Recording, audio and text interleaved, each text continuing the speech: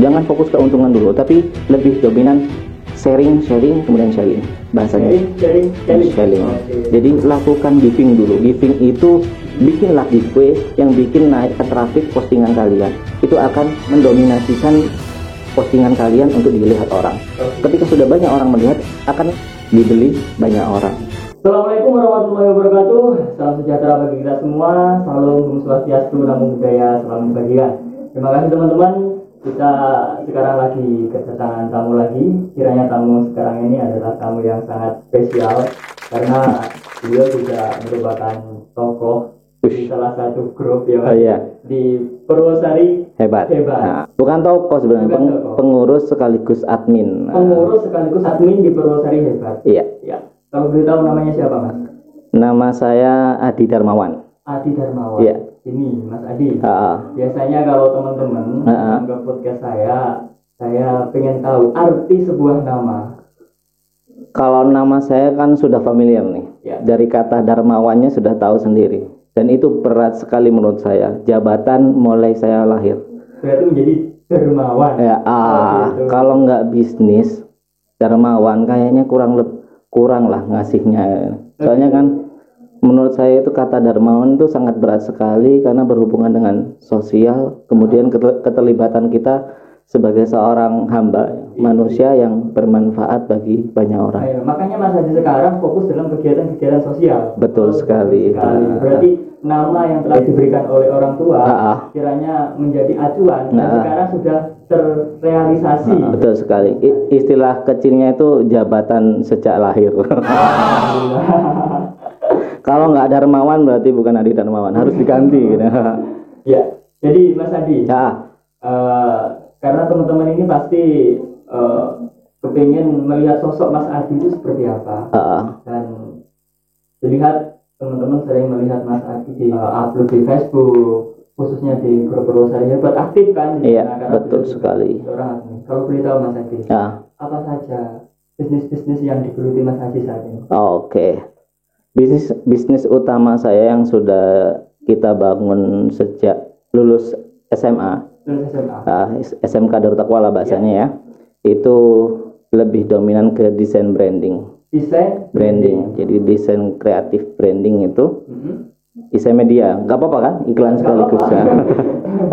Namanya IC Media. Kalau boleh tahu artinya apa? Maksudnya siapa tahu itu singkatan.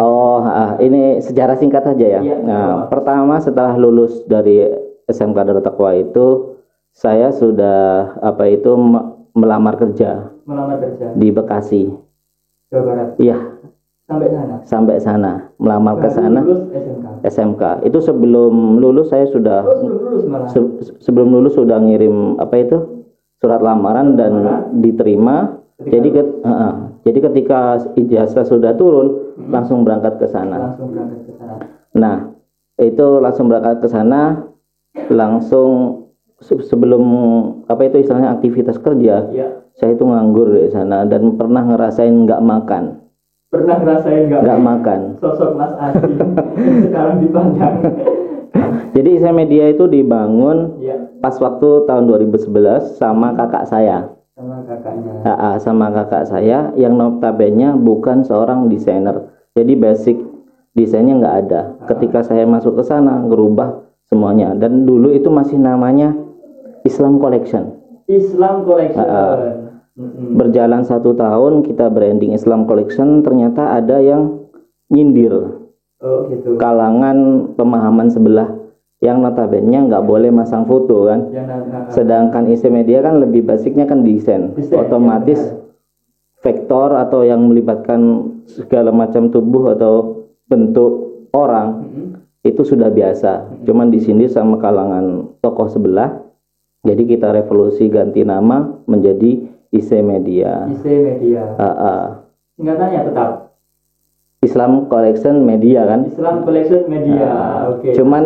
Cuman bisa diimprovisasi ke Islam Center Media. Berarti secara tersirat kita memproklamirkan ya, atau memberikan edukasi kepada masyarakat terkait dengan hal-hal keagamaan juga. Betul. Tapi lebih basicnya ke desainnya.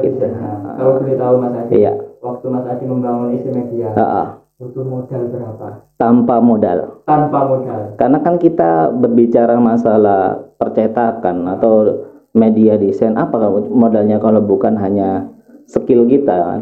Berarti skill itu sebagai alat. Modal pertama kita ya skill.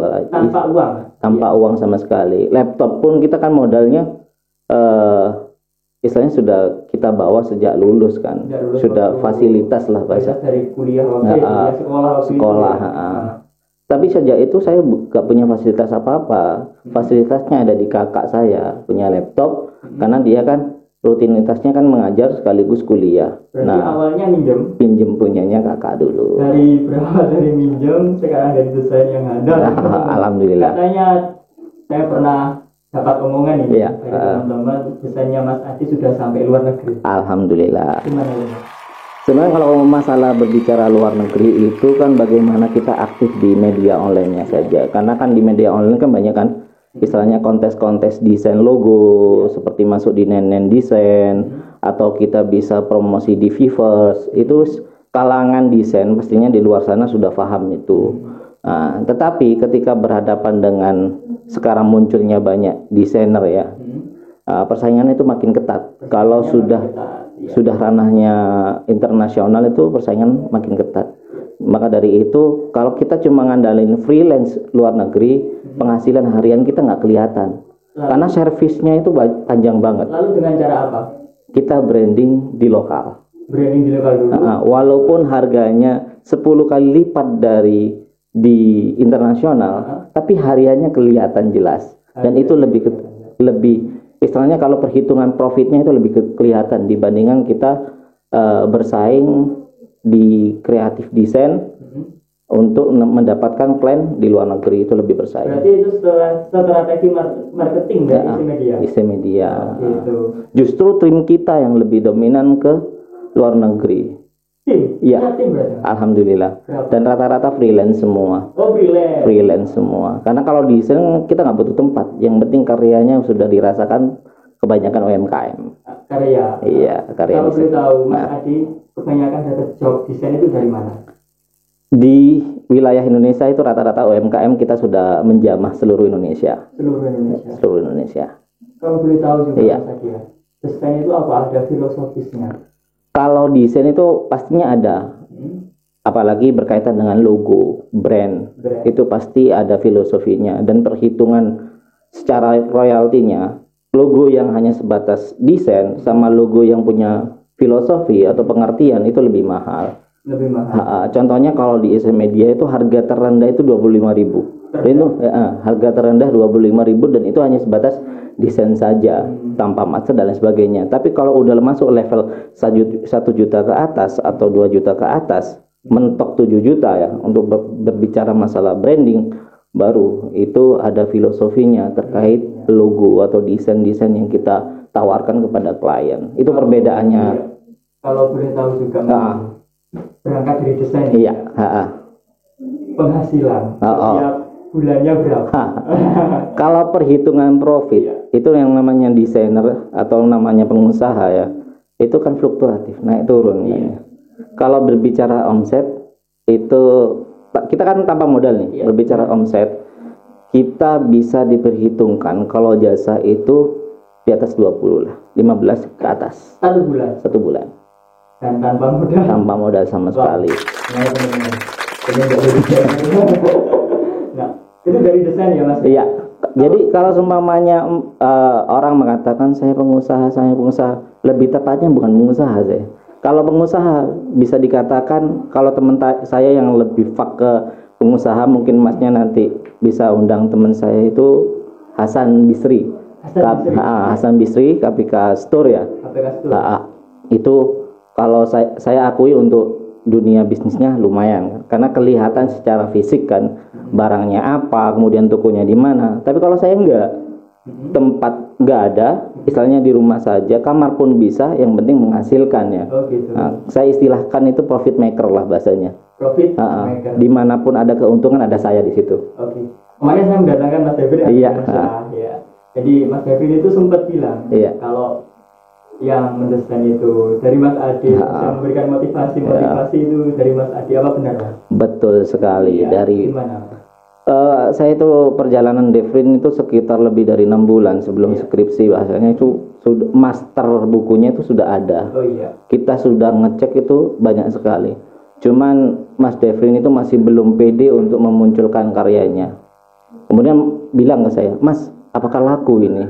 Saya katakan ini, kalau kamu menunggu respon orang untuk laku, kelamaan. Tapi kita berbicara marketing dunia sekarang, nggak laku di lokal, bisa jadi se-Indonesia bisa laku. Modalnya apa, Mas? Ads ada gitu. Pakai Facebook Ads bisa gitu. Kemudian kita buktikan, Mas, masih ragu dia. Mas, gimana ini? Wes kamu cetak, tak tunggu, tak branding. Ternyata 2 minggu habis. 2 minggu habis. Wow, istimewa. Dan ini mau cetak lagi. Jadi Mas Adi juga seorang mentor. Nah, kita seperti mungkin teman-teman kalau pengen berdiskusi dengan Mas Adi, monggo silahkan. Iya. Baik, Mas Adi. Selain menjadi desainer di Easy Media, kira-kira apa lagi kegiatannya? Kalau bisnis kita untuk nge-branding itu ada banyak, Mas. Yang pertama, yang kedua itu Mukena Dia. Iya, itu saya nge-branding bisnisnya istri saya. Istri saya punya basic di jahit, jadi bisa jahit mukena. Kemudian kita branding dan alhamdulillah Shopee kita terbangun, dan alhamdulillahnya itu wilayah Indonesia itu sudah terjangkau semua, termasuk Papua kita sudah terjangkau mukena kita. Mukena ya? Iya, dan level mukena kita harganya terbilang mahal. Tapi laku. Strategi gimana? Mungkin ada yang bisa diturunkan lah sedikit-sedikit. Satu, kita konsisten di dunia marketingnya. Kemudian jangan down lah bahasanya. Ketika ada orang mengatakan harga mukena kita mahal, itu biasa. Berarti yang mengatakan itu bukan pasar kita. Yang mengatakan bukan pasar kita. Lalu berarti pasar kita itu lebih jangkauannya lebih high class lagi. Nah, kita naikkan di level Facebook Ads. Ternyata bulan kemarin di bulan puasa kita bisa nembus 20 juta omset untuk mukena saja di bulan Ramadan kemarin. Wow. Di saat corona-coronanya. Dan itu usaha yang baru mulai ya. Dikatakan 1 tahun. Segitu, ya. Iya. Bisa dicek juga di Shopee kita trafiknya untuk mukena. Kemudian yang ketiga itu kita nge-branding bisnis pizza di kuliner, Pizza Hit. Ada di Sukoharjo. Itu sebenarnya idenya dari paman saya yang punya bakat di kue, adiknya ibu saya. Kemudian kalau melihat perkembangannya kurang kalau lokalan saja. Jadi terus pas waktu kondisi ekonominya kurang baik. Jadi ketika melihat lokasinya, ini cocok nih saya branding ini. Setelah itu saya punya ide nge-branding semua kuliner. Bukan, nge-branding semua media marketingnya.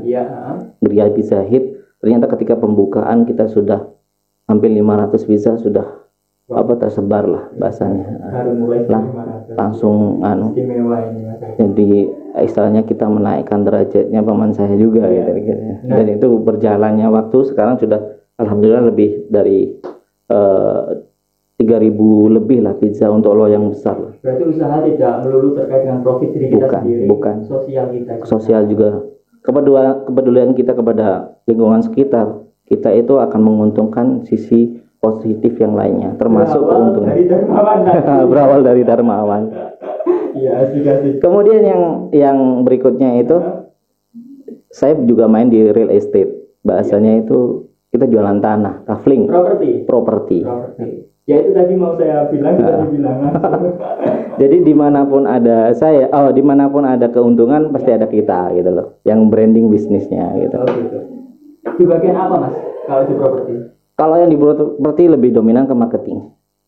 Marketingnya. Ini itu istilahnya tanah keluarga. Tanah keluarga yang kita coba untuk mengelolanya sendiri. Jadi kita jadi developernya sendiri. Yang menanggung jawabi itu paman adik saya, tapi untuk keseluruhan media marketingnya itu saya. Jadi kita iklan selama 3 bulan ya. Di awal 3 bulan kita iklan, kita sudah closing 3 kali. Wow. Nilainya kan nggak mudah kan? Iya. 90 juta paling murah itu. 3 kali berapa nominalnya? Berapa sudah? Nah, itu. Jadi terkait dengan properti. Kalau boleh tanya juga, Mas Adi itu kan sering Facebook itu membuat kata-kata status yang sifatnya memprovokasi. Nah, mungkin ini dari teman-teman ada yang bertanya, iya, provokasi atau di Facebooknya juga terkait dengan iklan juga. Jadi kalau boleh tahu Mas Adi, itu termotivasi dari apa?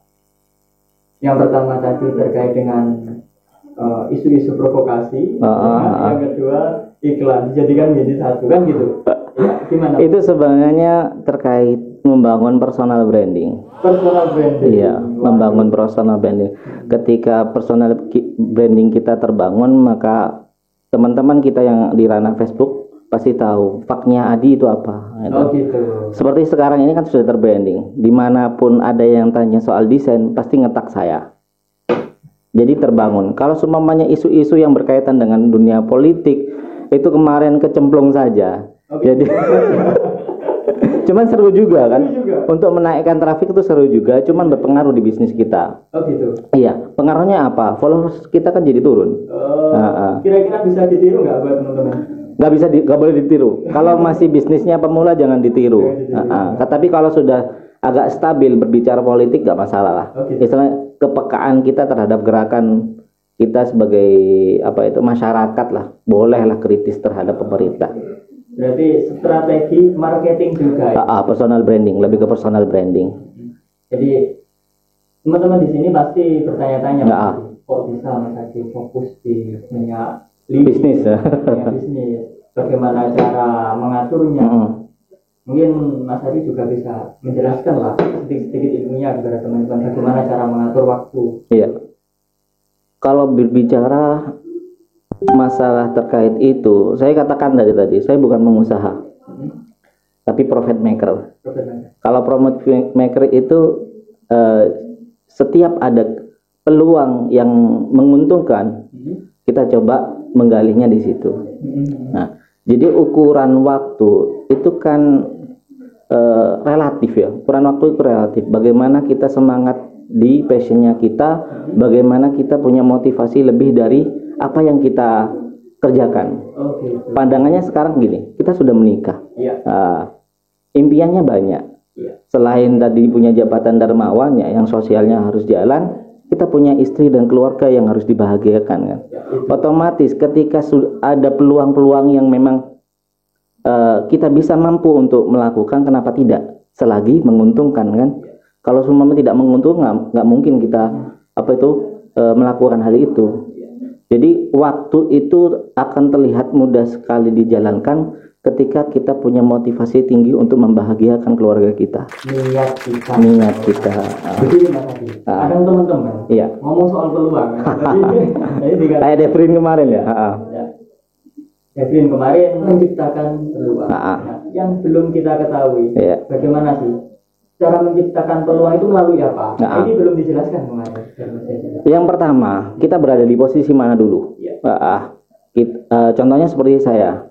Saya ini adminnya Prosari Hebat. Dengan anggota yang hampir 200.000 anggota. Dan aktivitas yang ada di lingkungan sana itu lebih dominan promosi ya, iklan UMKM lingkungan sekitar.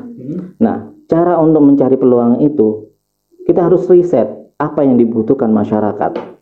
Apa yang bikin viral di masyarakat. Nah, itu kita coba memunculkan hal yang baru di situ. Melalui riset dulu. Riset dulu. Setelah kita riset lalu kita aplikasikan. Contoh nih ya.